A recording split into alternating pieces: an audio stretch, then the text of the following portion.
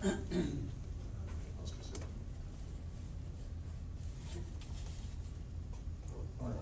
Alors, ça, c'est surtout pas tous nos projets. Depuis que ce PowerPoint est fait, on a beaucoup plus de projets. Beaucoup à venir, surtout avec Aurore Silesi qui est ici aujourd'hui.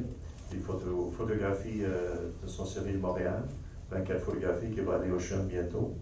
Alors tout le monde a hâte de regarder ça. Et maintenant, pour nous autres, nous sommes très contents que le travail accélère. C'est ça. On a beaucoup d'appels toutes les semaines, des artistes, des collectionneurs, des institutions à Cowansville, à Laval, partout.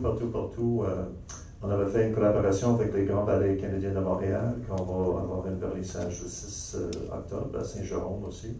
Une photographe qui a pris 50 photos un jour dans la vie des gars.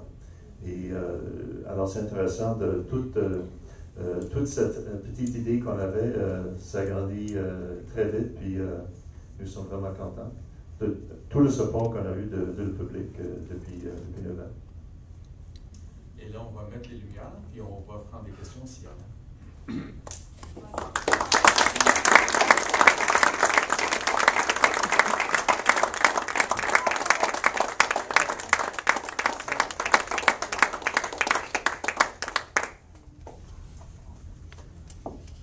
Oui, je voudrais juste faire un commentaire. Je vous entends dire qu'avec Gabor Saladi, vous allez faire quelque chose au CHUM. Je suis contente de l'entendre parce qu'il semble que là, tous les hôpitaux du CUSUM ont été couverts. Alors, il serait peut-être temps que vous passiez au CHUM. Oui, on avait fait beaucoup au CHUM, mais ce n'était pas sur le PowerPoint. Ah, Ouais. dommage. Oui. On avait fait au Hôpital Notre-Dame, Roland Giguère, 28 sérigraphies. Jacques Hertebise, dizaines de sérigraphies. Michel Campeau, 5 photographies.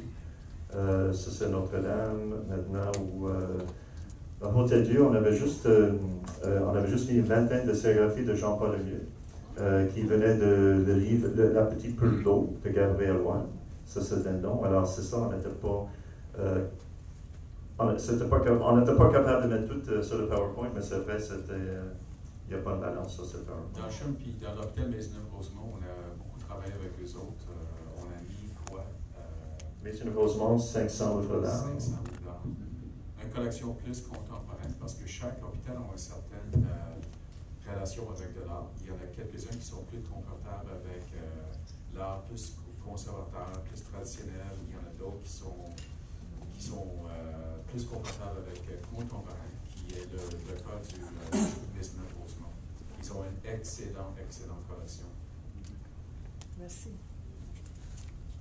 Excellente question. Si madame qui parle maintenant, tu peux toujours regarder notre site web pour voir tout ce que... Non, il y a, par exemple, l'hôpital Sainte-Justine. Il manque. Pourquoi? C'est une bonne... Ils ne sont pas ouvertes. Alors, ça, c'est la raison qu'il n'y a pas d'armes. On les avait approchés 3 fois déjà avec le projet. Jamais eu de réussite à date. Alors, on est ouvert à travailler avec les autres, mais pour X raisons, on ne connaît pas. L'intérêt n'est pas si fort que dans les autres hôpitaux. Si vous connaissez le directeur de Saint-Justine, je suis ouverte à lui rencontrer, parce que vraiment, ils ont besoin. J'ai un ami que vous connaissez peut-être qui s'appelle Léo Rossendler. Puis Léo Rossendler prétend, je dis prétend, c'est une façon, c'est une espèce d'euphémisme, il affirme clairement que la plupart des gestionnaires ont peur de l'art. Parce que on ne sait pas trop ce que c'est, puis ça peut être compliqué à administrer, puis qu'est-ce qui va arriver si jamais un tableau décroche, est-ce que ça va percer le plancher et passer à l'étage d'en dessous? On ne sait jamais. Désolé, j'ai manqué Edouard Lachapelle qui lui-même avait fait don à la Fondation de l'Art pour la guérison, à l'hôpital Maisonneuve-Rosemont et des autres places. Alors merci Edouard pour don.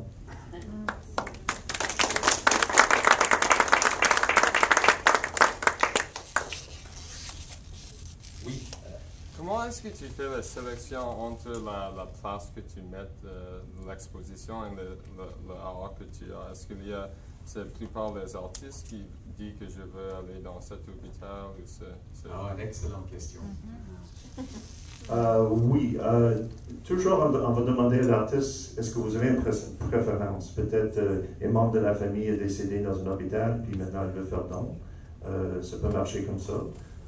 Aussi, les hôpitaux pour enfants, il y a peut-être des choses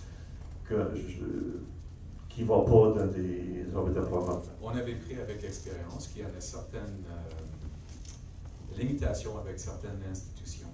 Comme Earl dit, pour les hôpitaux pour enfants, là, c'est nos clientèles. Alors, il faut être sensible à la clientèle en premier. Et aussi, dans les centres gériatriques aussi, il y en a certaines images et certaines couleurs qui se sont problématiques. Ça sort un peu de l'agressivité de ces gens-là. Alors, on avait appris tout ça avec le temps. Alors, c'est sûr et certain que chaque projet est individuel. Alors, tout est pris en considération. Le but de l'artiste, aussi quand j'ai dit tantôt, chaque hôpital a une certaine relation avec de l'art.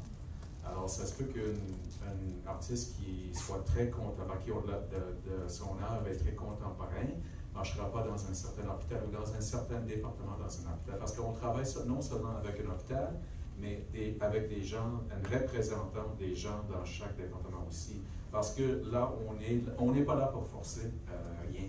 On est là justement comme intervenant, justement pour trouver ce qui sera une situation gagnant-gagnant pour tout le monde. Oui. Écoutez, d'abord, félicitations. Je suis vraiment impressionné.